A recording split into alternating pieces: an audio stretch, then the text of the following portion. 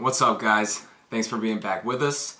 As you saw from the title on our video, I told you that I did I did a video. To go check our videos about my blood work results from starting my ketogenic diet, high fat, low carb, moderate protein diet. I started that last October, so it's been 6-7 months that I did that, and after that I got my blood work results done, probably about 5 or 6 months after I was doing it. And what it indicated, if you didn't watch the previous video, my first one, part 1, about my blood work results, definitely go watch that. So you can it's a very in-depth video about what happened with my blood work and what the values say, what my lipid profiles say, etc.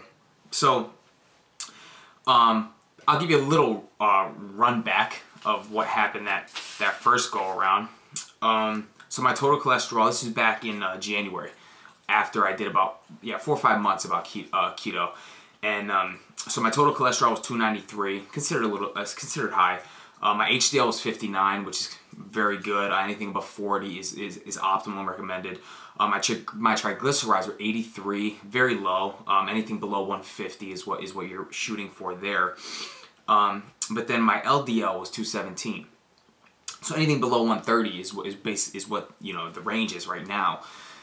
So that was a little concerning to me, and I've done a lot of research on cholesterol and the particle size of the LDLs, and at the time I was kind of pulling in two directions. Like I see the research, I see where we're going with, but then there's no really big studies on it that I could pull what I wanted to see. Like, yes, the smaller ones are more harmful than the bigger, fluffier LDL particles and stuff like that. So it's kind of like we were going on like a whim from the articles and the stuff I was reading, although they were definitely published and written by MDs and things like that. So they're trusted sources, I would hope. But I had to go more into it and see things for myself there. So what I found out is that definitely the smaller LDL particles are more atherogenic than the bigger buoyant ones. But the thing with what I did is I didn't do that special cholesterol test. That's not just shown in a regular blood lipid profile test. You have to go and do an additional test to find out what your cholesterol particle size is. And I didn't do that. So basically I was, even though the research was there for me, like the small ones, yes, they're bigger, I didn't do the test. So I don't know if I have a smaller percentage of the big ones, and the LDL that I have is more like 2/3 or 90% the big ones. You have 10% small ones, so you're not at a high risk for heart disease and all this stuff. I didn't get that test done, so I wanted to just make a little change in what I was doing to see what my blood work results would be the next time I took them, which was 3 months later.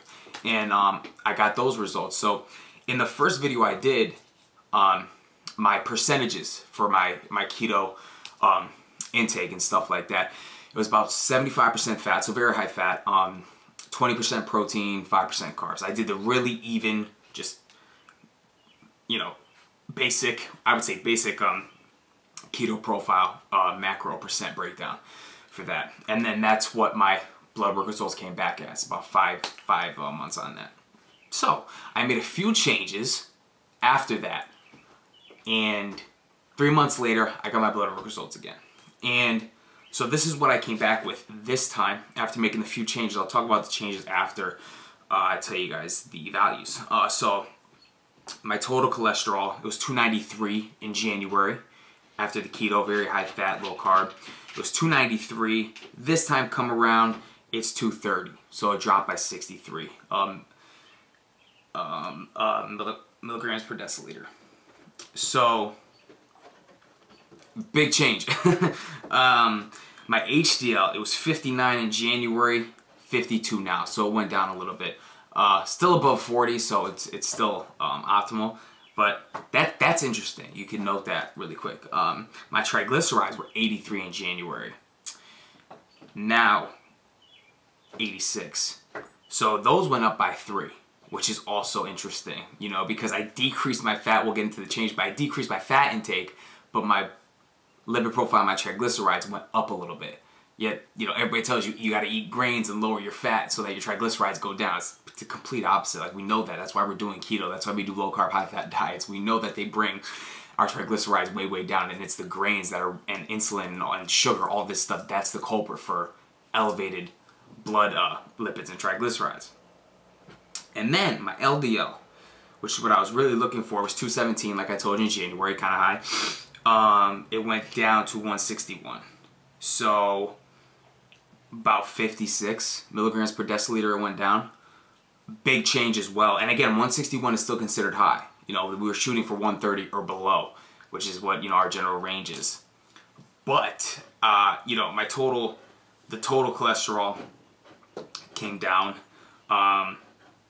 like I said, about 63 milligrams per deciliter, and the LDL came down about 56 milligrams per deciliter. So a big change in whatever changes I made, right? So I'll tell you about the little changes I made. What I was doing in the beginning, where the 75% fat intake came around, you know, those first 4 or 5 months of keto, I was doing a lot of baking, a lot of oxidizing foods like that. I was doing, you know, a lot of butter, like animal saturated fats like that.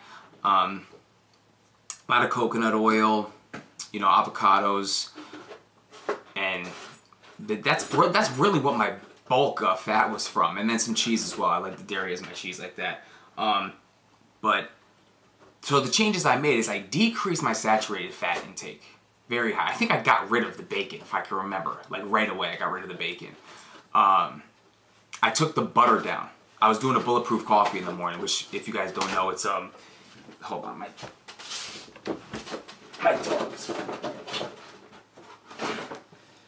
dog is getting at that paper. Oh my god. Sorry. But so the Bulletproof Coffee, if you guys don't know what that is, it's about 8 to 16 ounces of coffee, whatever you prefer. And then it's a tablespoon of butter and a tablespoon of coconut oil, mixed in or blended, whatever you like. And I was doing that in the morning. I did some research on that, showing that it elevates your cholesterol and stuff like that. So I took that right out too. I took the coconut oil and the butter right out from that. So, and then I replaced all the fat calories that I was kind of taking down. I replaced some of the tablespoons of butter with extra virgin olive oil, so more monounsaturated fatty acids, and not the saturated fats that I was getting from the butter and bacon and stuff like that. I took up my protein, so I added about an ounce and a half of my protein, whether it was chicken or another couple egg whites or more beef, whatever it was.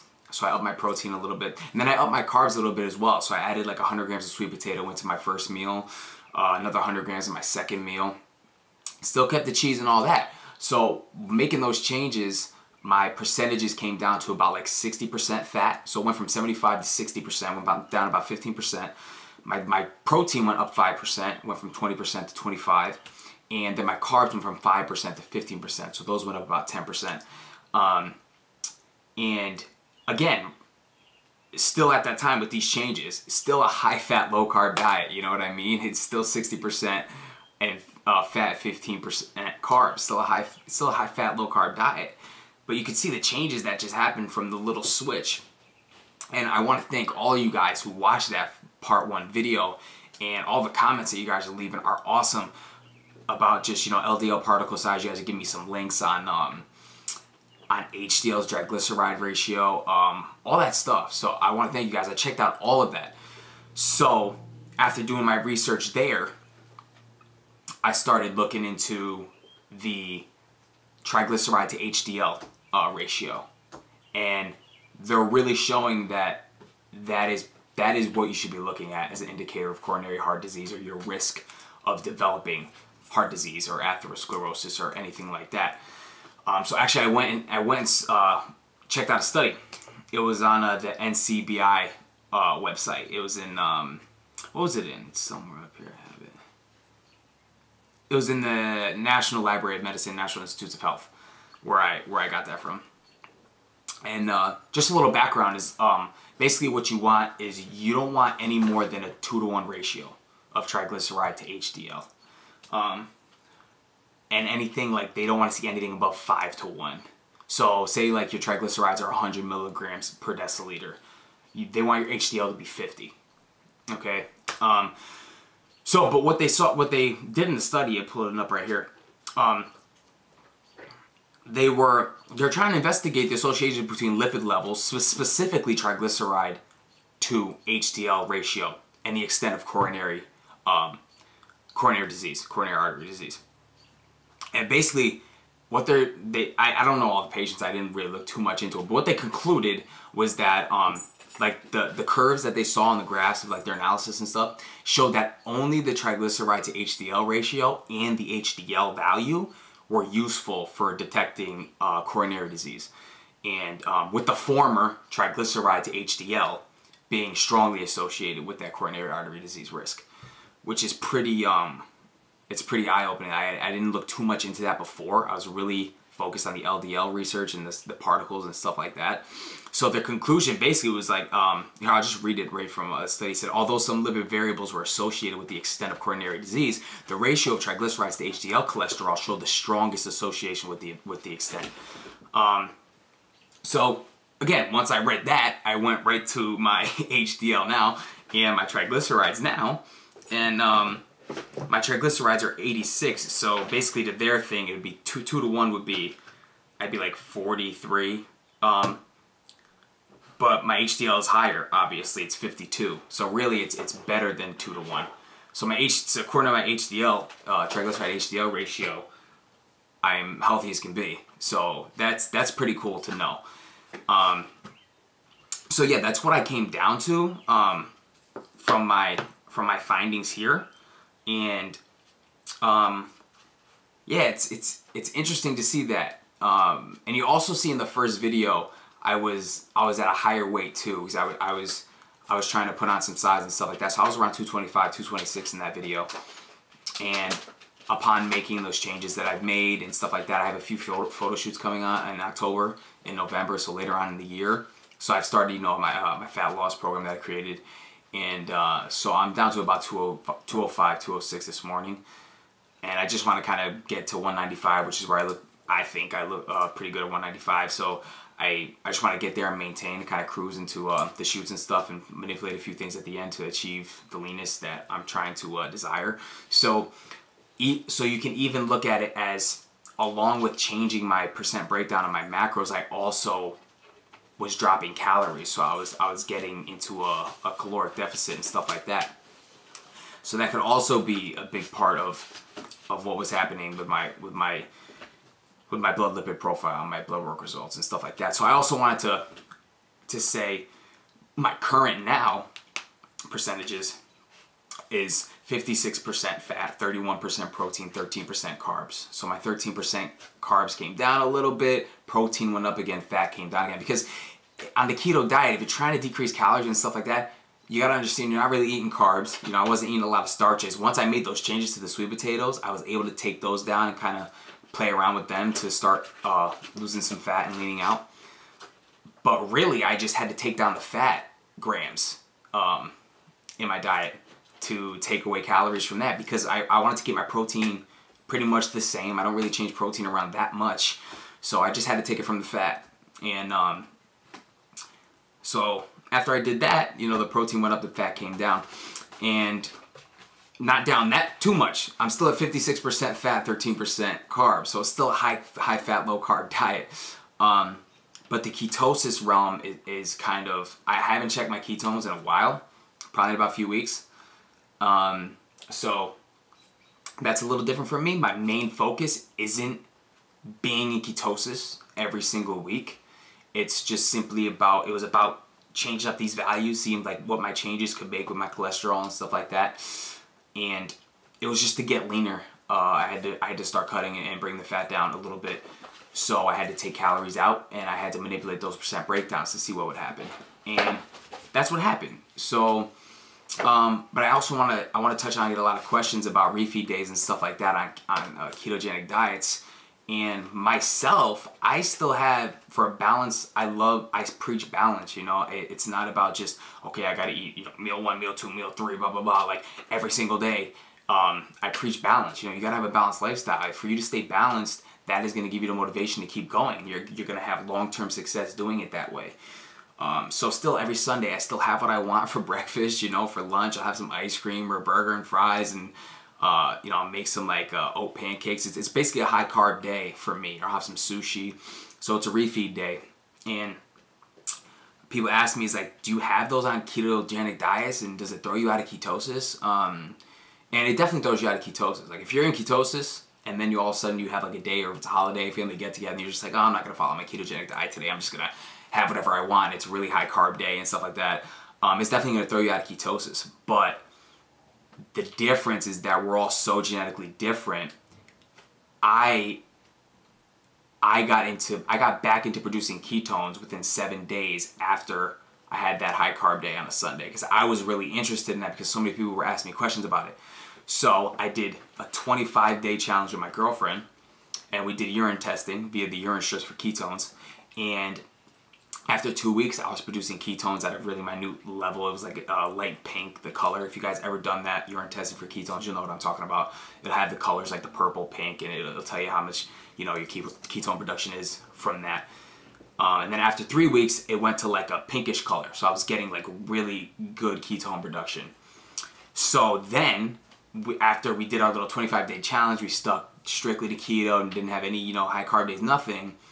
And it was funny because her ketone production was lower than mine according to the urine testing. So it was funny, it's like proving just like, oh, 25 days I was doing ketogenic diet, she was doing a ketogenic diet, but she was producing less ketones than me at the end of the 25 days. So you can kind of see how everybody's going to be different.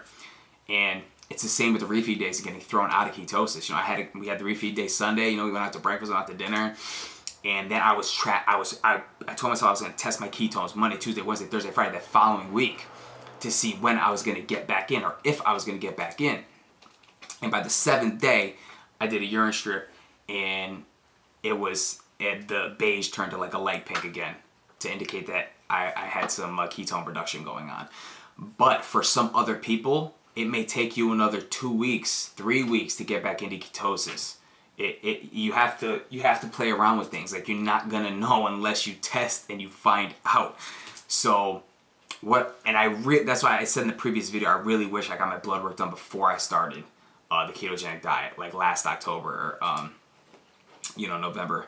I really wish I did, because then I could gouge that to then 5 months after the keto, and I have these results. Then after making the changes, now I have these results, and then I could keep going, because then I'm going to get my blood work done another 3 months from now, just to see where I'm at, because I'm going to be leaner at that time.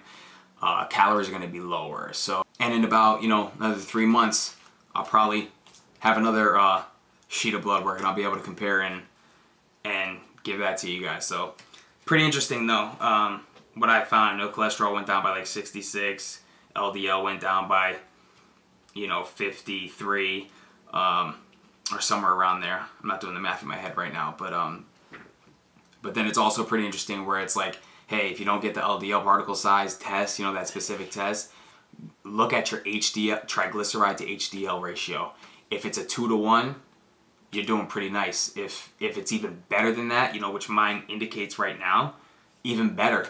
But if that's kind of off and you kind of have the elevated, you know, ratio, like 4-to-1, 5-to-1, so, you know, it's getting out of hand like that, that's indicating, according to the research, it's indicating some, you know, prediction of insulin resistance and coronary artery disease and things like that. So then you got to make the changes. But it's great to know what's going on so that you can make those changes. So hope you guys enjoyed it. Please, if you liked it, like it on there, share it, subscribe to our channel, and we'll keep coming back to you guys with info and whatever you're looking for. Comment in this section. Ask me. I'm always willing to help anybody I can, truly. So thank you guys. God bless. Take care. Whole Hustle Fitness.